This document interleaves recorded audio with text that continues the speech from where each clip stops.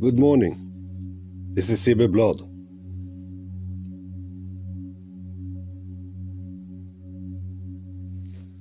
In this old world, many ages have passed.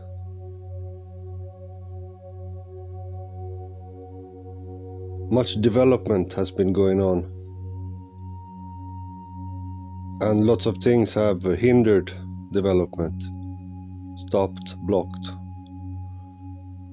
and shut down progress. War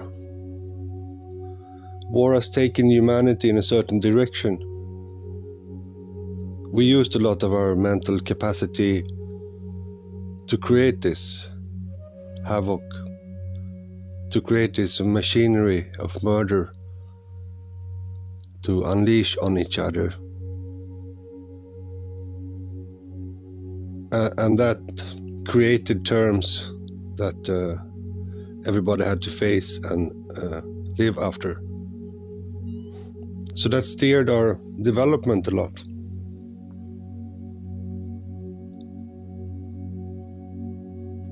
The cruelty of the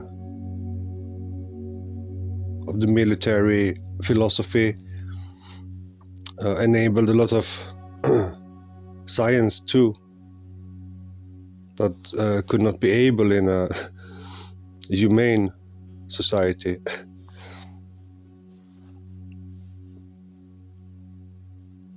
But the suffering, of course, is endless on this earth. It's never ending. It's getting worse and worse all the time. A lot of children are worried right now when they're going to go to sleep, because the grown-ups, they are murdering each other, torturing each other, and scaring the shit out of all the animals and children and everything. Regardless, they don't care. They don't care. They are caught up in the game, fully immersed in this game, with their whole life, family, nation, world, whatever. Life is conflict, full conflict. And the restraint, that is a facade. That's something they pull up just to look better, while planning to murder as many as possible. The whole meaning of having military is to murder as many as possible of the enemies. That's it. Whether you're defending or attacking, it's the same. And looking at humanity's thousands of years of history, hundreds of thousands of years of history, it's a struggle all the way. It's bloody all the way. And it seems to never end. And now, if we check the ancient scriptures, there's no sign there will be peace ever. Because in the scriptures we can see that different species from space, they created different kinds of humans. And these humans had leaders who was demigods, who was half castes of this alien species, with special weapons and everything, and they clashed towards each other. They made arenas where these people fighted each other on the arenas with their weapons. And the aliens, they were hovering over the arenas, watching the games.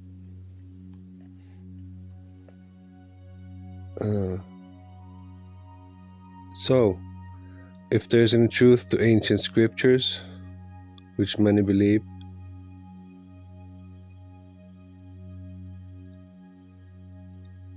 now this is from the Vedas, spacecraft called Vimana, the Vimanas hovering with all the different species of space who was here on Earth. And now, the peoples of today, they might dream of a united world with a united humanity, living as one, and that maybe is the purpose of this. It might not be. It might not be the purpose, because it's a competition. It's a competition between species and a competition against ourselves to see who is smartest and most can develop most.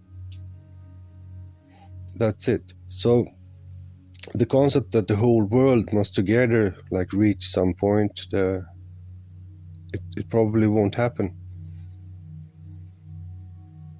It's going to be like the peoples, they will keep on conspiring and fighting each other so much that eventually it will be impossible to live on Earth. And the game is about which civilization can become so developed that they leave Earth and emigrate, develop technology that make them into a higher race, which can ascend into space, deeper into the big mystery, higher forms of life.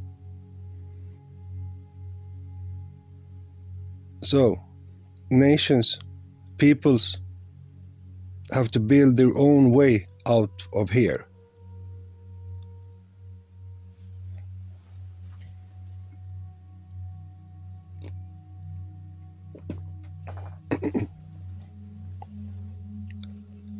They have to construct and cooperate and reach such a high level that they can take themselves out of here to other planets.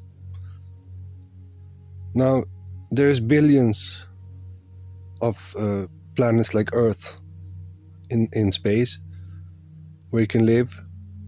It's suitable, atmosphere, everything. Many, they found officially around 100 millions. But the nature of space, it will tell you that it's an endless number of life and possibility in space. So we are locked here together. We're locked towards each other,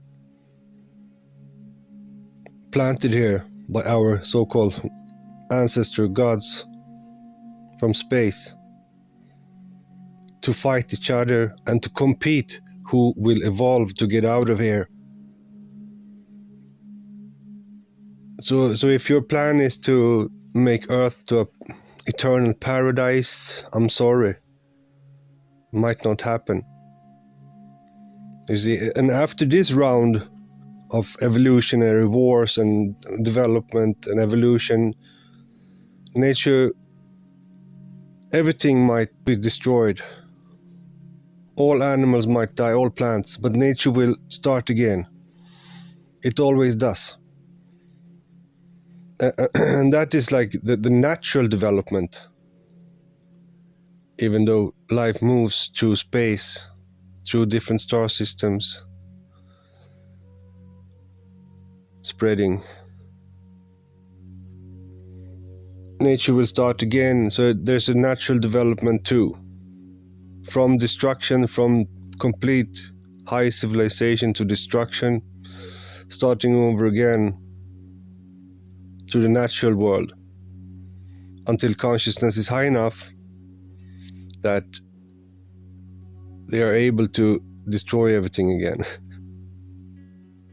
But there's a purpose where the universe wants evolution. So those people who can cooperate and take themselves to this exalted stage to handle the highest technology and move through to other planets. That is what is desired. It's only the toughest, only the best, only the smartest who will make it in this universe.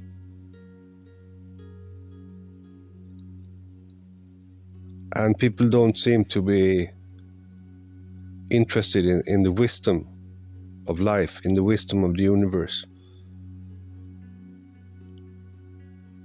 They're not interested in serving the love in their hearts, in their families. They do it in an animalistic way, in the old ways. And they don't use consciousness to sort this out. They use instinct, natural, animalistic instinct.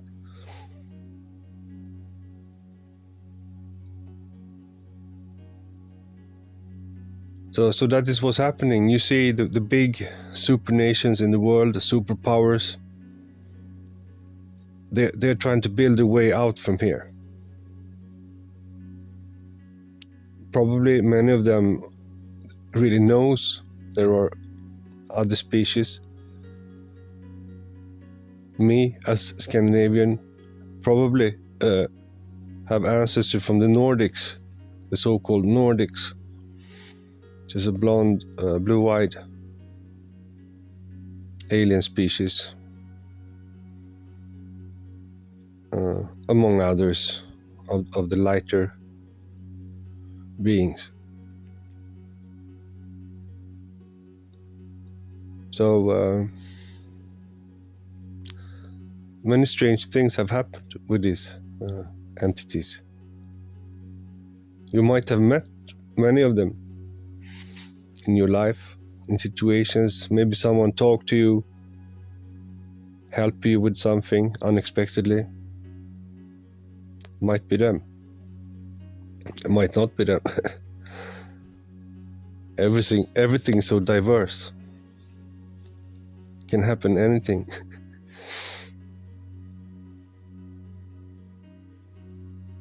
I had many strange encounters with some mystic people that you meet once and never again, and that gave you significant signs and leads. One time I was living in an island of Sweden where the king has a residence, and I had taken care of a Doberman, a big, huge Doberman, and he was running away and making some problems. It used to bite the leash, bite it off with his sharp teeth and run away. Anyway, we were walking in the forest behind the king's residence, just to see the forest. I'm a forest man. I love the nature. So I want to study nature and trees and wherever I go. And then we come close. I see the gate and I have to turn back. And a man appears. And he started talking with me.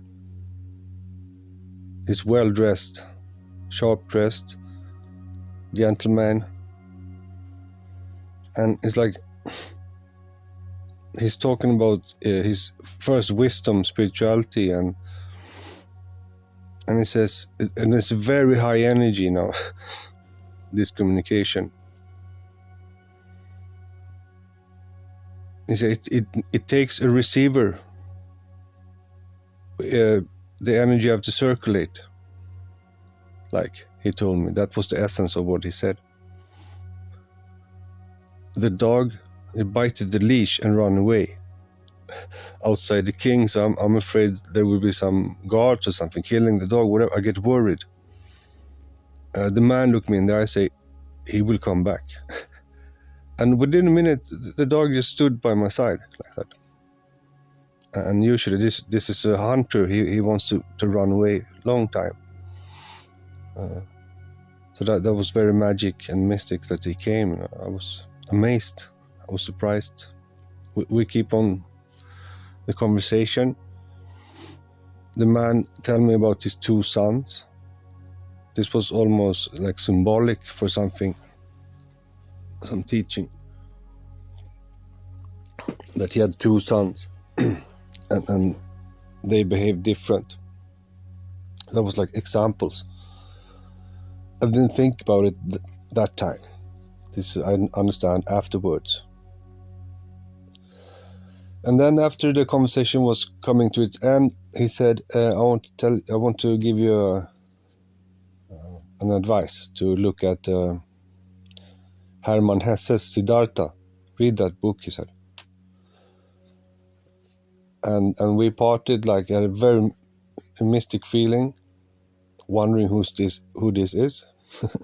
What is it? An angel and God, or a regular human by coincidence, whatever. I didn't know. So I walked on, and then like 3 years later from that, I hadn't read the book, but I had downloaded it as a video, because there's a film also about this. And then I was in India, traveling in India, and the film was on my PC. And one night, after many months there, I was in the north, in Rishikesh, by the foots of the Himalayas. And in the evening, I was down by the Ghat. The Ghat is a ceremonial place by the river, where people do ceremonies with the water and so on, incense and flowers, whatever different ceremonies is going on. And people used to gather there at night time, all the tourists and holy men and all kind of people, Indians, just sit there in the nights, and many play music, and it's quite nice. Anyways, when I came back to my room, it got in my head like, maybe I should watch that film. No, because I didn't have anything to watch. So I watched on my PC, and I press play, and then I get so amazed, because in the film, the main character, Siddhartha, is like a young Baba, and he's on the Ghat by the river where I just sat 10 minutes before. And it hit me that this man, I remember this man from the forest. And I was amazed, who was this guy? Why was there such strong energy? Why was he so minute dressed? Another time, it's with this dog too, because I took care of this dog. It's not my dog would have been more secure. This came from another place, and I took care of it and tried to teach it to be more civilized and like that. But he don't like city. He gets almost, he get angry in city and distressed. And we walk, and I had to do many things. I was in Stockholm, capital of Sweden. I have to do many things. So we have to walk, and no one can look after him or something like that. And then, almost by the central station, one man approached me. A younger man, blonde, blue eyes, big blue eyes, minute costume, dressed properly. And he said, "Oh, your dog," he said. I just lost one of those last week, he said. I had one of those, but he died last week, which sounded very strange to me. And then he said, "Can I say hello to the dog?" And I said, I don't think it's such a good idea, because he's stressed now, and maybe, I don't know, he get angry. I said, and then he just go down in front of the dog, like on his knees almost, and they just sit for a while and just watch each other very close. And then he's caressing the dog under the ears on both sides like that, almost like not hugging but taking from under. So and he sits there for a while, and eventually they're forehead to forehead for a little while.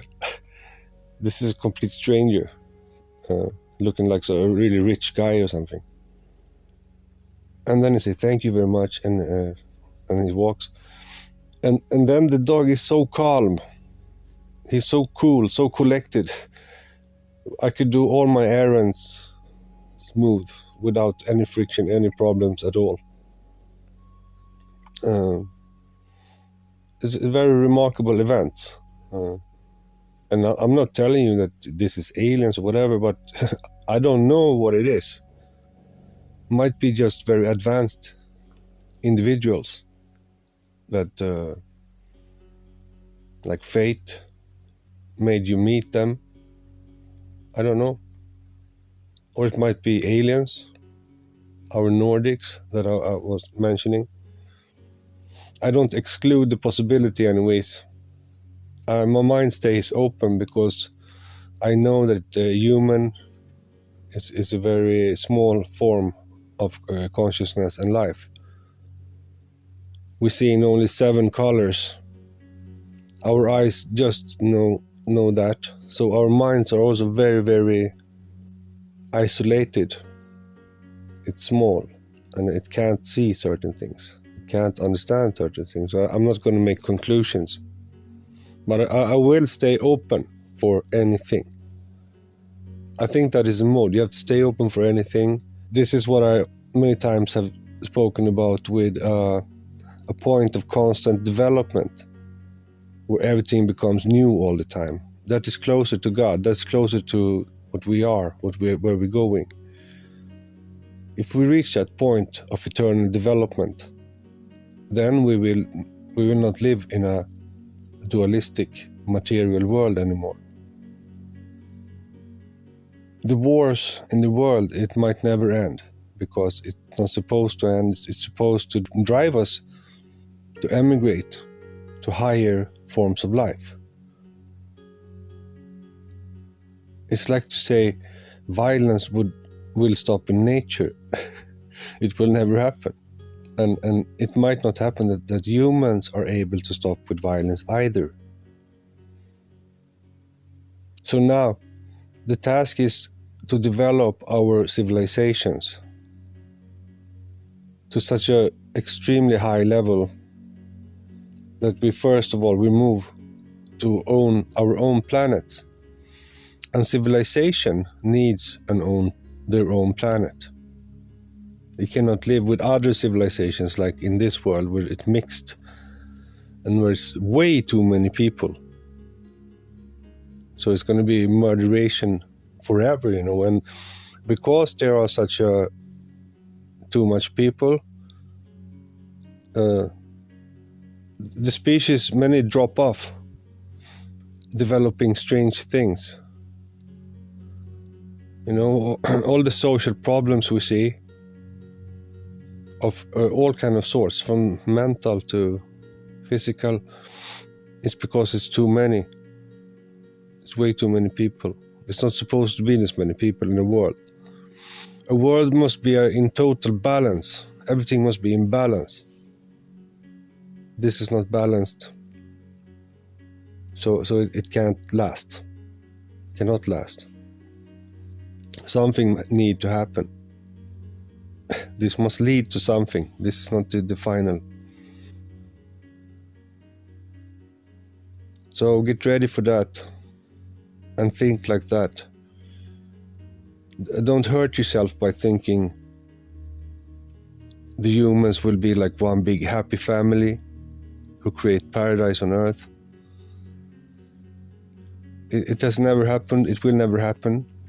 It has happened within certain civilizations that we can see. Sumerians, Egyptians, Mayans, many highly evolved species back there in history, but for themselves. Like you could see the Babylonians were very high evolved and highly evolved enough to take people into custody, to take over nations and peoples.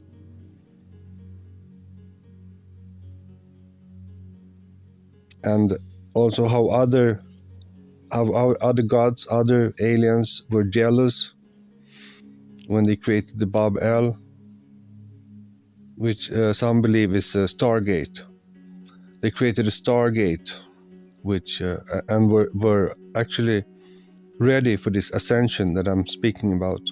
Their evolution had came so far that they were ready to emigrate to other galaxies, other parts of space, higher forms of life. But that's also part of the competition, that they shut it down, and they gave them different languages and different cultures, so they would fight each other even more before they could reach the Stargate, because you have to be able to defend the Stargate. Also, it's very highly advanced technology needed for this, and they weren't there, so they failed. But someday, and it has happened before, species have left this earth, just disappeared and moved out. Many believe that many of the aliens' civilizations come from places like this. This is where they evolved in a material, normal world, in competition with other species, and moved on, and now live in other higher places with higher technology. And that is our mission too, as beings in this galaxy. That is our purpose. We as human civilization have to build our way out of here in competition with the others, that they try to stop it and kill us or whatever, destroy all of everything we have. Despite that, we have to make it. That is the test. That is the challenge. That is the challenge that the higher put on you, on us, collectively. So don't confuse your mind with some... We have the UN, we have international cooperation to make it kind of civilized, just to be able to have this development going on with technology and spirituality. But it will never succeed in making this to one big happy world. So the competition must go on. Keep that in mind. All right. Take care, everybody. Have a beautiful day. Bless.